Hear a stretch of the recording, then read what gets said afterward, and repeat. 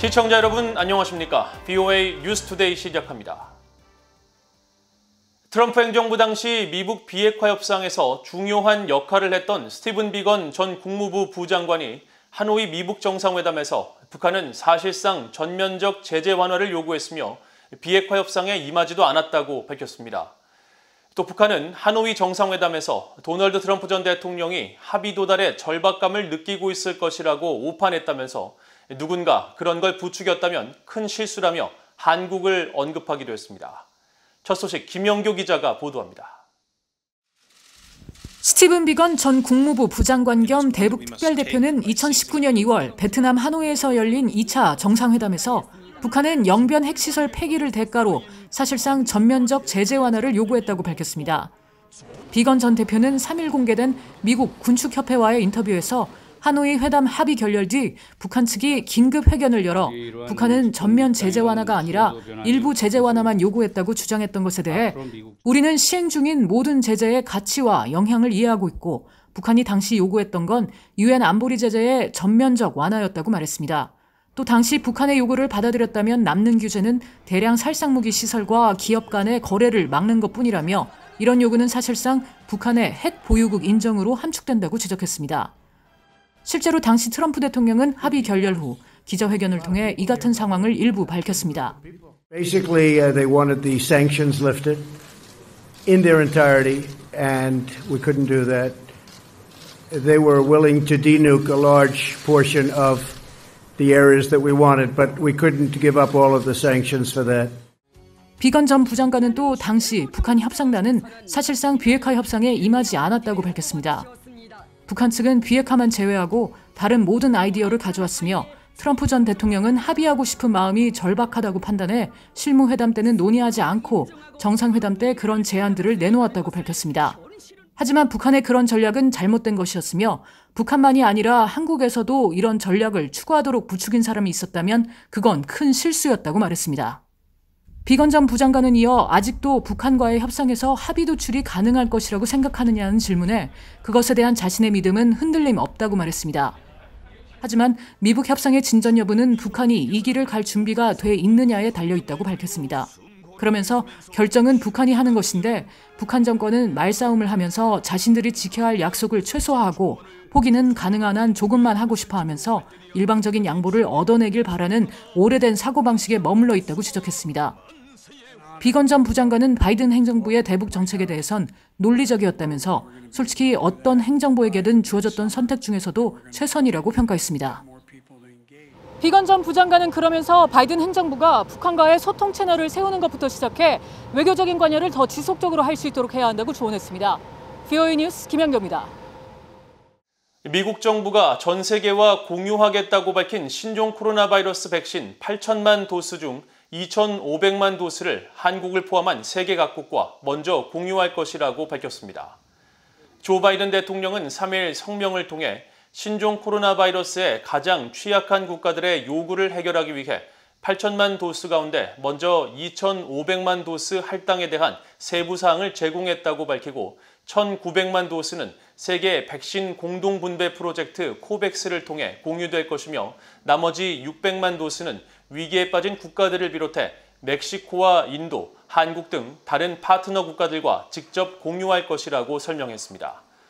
바이든 대통령은 이어 미국의 강력한 리더십은 코로나 바이러스 대유행을 종식하고 글로벌 보건 역량을 강화하는 데 필수적이라면서 미국은 바이러스에 대한 공동의 싸움에서 세계 백신의 무기고가 될 것이라고 강조했습니다.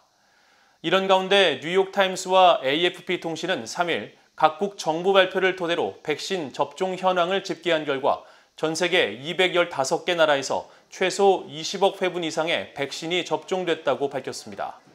특히 1차 접종을 마친 인구 비율은 이스라엘이 60%로 1위, 캐나다, 영국, 칠레, 미국이 50% 이상으로 그 뒤를 이었으며 아직 백신 접종을 전혀 시작하지 못한 나라는 북한과 하이티, 탄자니아, 에리트레아 등 6개 나라에 불과하다고 보도했습니다. 인터넷 사용이 금지된 북한의 주민들도 일부 지역이긴 하지만 상당수가 스마트폰을 사용하고 있는 것으로 알려져 있습니다.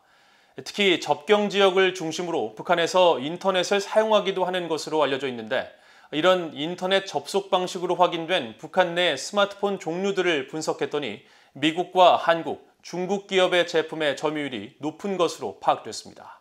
오택성 기자가 취재했습니다. 북한에서 인터넷 사용이 포착된 스마트폰의 점유율을 살펴본 결과 미국 제조사인 애플과 한국 제조사인 삼성 그리고 중국 제조사인 화웨이의 스마트폰이 3파전을 벌이는 것으로 나타났습니다. 전 세계 웹 트래픽 분석 사이트인 스탯카운터가 최근 홈페이지를 통해 공개한 각 국가별 스마트폰 점유율 자료 가운데 북한은 지난 5월 현재 미국 제조업체인 애플사의 스마트폰 점유율이 30.8%로 가장 높은 것으로 파악됐습니다. 이어 한국의 삼성이 22.3%, 중국 화웨이가 15.9%로 그 뒤를 이었습니다. 지난 1년 동안 이들 세 제조사가 만든 스마트폰의 점유율은 큰 폭의 변동을 보였습니다. 화웨이 스마트폰은 지난해 5월부터 12월까지 8개월 연속 점유율 1위를 기록했는데 지난해 11월엔 점유율이 최고 62%까지 오르기도 했고 이후 삼성 스마트폰이 지난 4월 점유율이 70%까지 올라 지난 1년 동안 가장 높은 점유율을 기록했습니다. 또 5월 현재 점유율 1위를 기록하고 있는 애플 스마트폰은 지난 3월 33.3%의 점유율로 1위에 오른 것과 함께 지난 1년 동안 두 차례 점유율 1위를 차지했습니다. 스탯카운터는 각국의 스마트폰 점유율 파악 방법으로 자사와 연계한 전 세계 200만 개의 웹사이트에 접속하는 기기들의 정보를 수집해 집계하는 방식을 이용한다고 설명했습니다. 각 스마트폰에는 어느 제조사인지에 대한 정보를 포함해 기기별로 특정 유저 에이전트 코드가 있는데 스마트폰으로 각 인터넷 사이트에 접속하면 해당 사이트는 어느 제조사 스마트폰인지 등을 확인할 수 있다는 겁니다. 이번 점유율 분석은 그러나 인터넷 사용이 극히 제한된 북한에서 인터넷 사용이 확인된 것들로만 파악된 것이어서 실제로 특정 업체의 스마트폰이 북한 내에 얼마나 있는지는 추정하기 어렵습니다.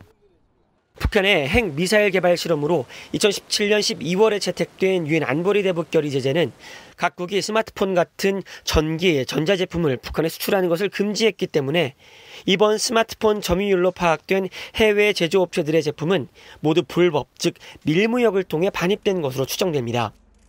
김현호 미국 조지 워싱턴대 한국학연구소 부소장은 북한 내 인터넷 사용이 포착된 스마트폰이 어떤 인터넷망에 접속됐는지에 따라 다른 해석이 가능하다고 말했습니다. 중국에서 밀수해서 들어온 외국산 스마트폰 그걸 가지고 그 국경지대에서 중국 통신망을 따라서 인터넷에 접속했다. 그거는 뭐 가능하죠. 그거는 허락받은 엘리트 계층이 아니더라도 충분히 가능하죠. 이런 가운데 지난 2월 미국 중앙정보국 CIA가 공개한 월드 팩트북에 따르면 북한 인구 약 2,500만 명 가운데 북한 내 이동통신 가입자 수는 약 382만 1,800명으로 추산됐지만 스마트폰 사용자 수는 정확히 공개되지 않았습니다. VOA 뉴스 오택성입니다. 오는 10일부터 25일까지 진행하는 연례 연합공군훈련 레드플래그 알래스카 훈련은 준비태세에 초점을 맞춘 것으로 실제 상황과 무관한 가상훈련이라고 미국 국방부가 밝혔습니다. 켄 호프먼 미국 국방부 대변인은 3일 연합공군훈련 레드플래그에 한국군이 3년 만에 참가하는 데 대해 북한 측이 비난한 것에 대한 입장을 묻는 VOA의 질문에 레드플래그 알래스카 훈련은 미군과 외국 군대들의 준비태세 개선과 항공우주 원정임무 부대 훈련에 초점을 맞추고 있으며 과거 코프 선더까지 포함할 경우 40여 년 이상 계속 진행되어 온 훈련 가운데 하나라고 밝혔습니다. 100여 기 이상의 항공기와 20여 개 부대가 참가하는 이번 훈련에는 한국 공군과 일본 항공자위대가 참여하며 북한은 선전 매체를 통해 3년 만에 훈련에 참가하는 한국군에 대해 미국의 대북 침략과 인도태평양 전략 실현에 돌격대 노릇을 하고 있다고 주장하면서 비난했습니다.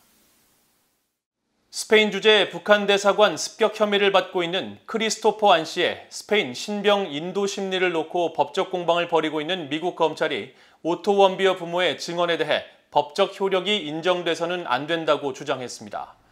미국 연방검찰은 2일 캘리포니아 중부 연방법원에 제출한 문건에서 오토 원비어 씨의 부모가 북한에 대한 응징을 법원에 요구하고 있다면서 미국 정부는 원비어 가족과 그들 아들의 비극적인 죽음에 공감하지만 법이 규정한 범위를 넘어 법적 절차를 확대하려는 시도에는 반대해야 한다고 주장했습니다. 안 씨 측 변호인은 안 씨가 스페인으로 신병이 인도될 경우 북한에 의해 살해될 위험에 처하게 된다고 주장하는 가운데 북한에 장기간 억류됐다가 혼수 상태로 송환돼 며칠 뒤 숨진 대학생 오토 원비어 씨의 어머니 신디 원비어 씨 역시 지난달 25일 열린 심리에서 안 씨의 신병이 스페인으로 인도되면 생명의 위협을 받을 수 있다고 증언했으며 원비어의 아버지 프레드 원비어 씨도 법원에 제출한 신병인도 반대 서한에서 아들은 김정은과 그의 정권에 의해 신체적, 정신적, 감정적으로 파괴됐다며 북한에 대한 진실과 정의의 길은 미국 정부의 사법부로부터 나올 것이라고 지적했습니다. 이상으로 VOA 뉴스투데이를 모두 마칩니다. 시청해주신 여러분 고맙습니다.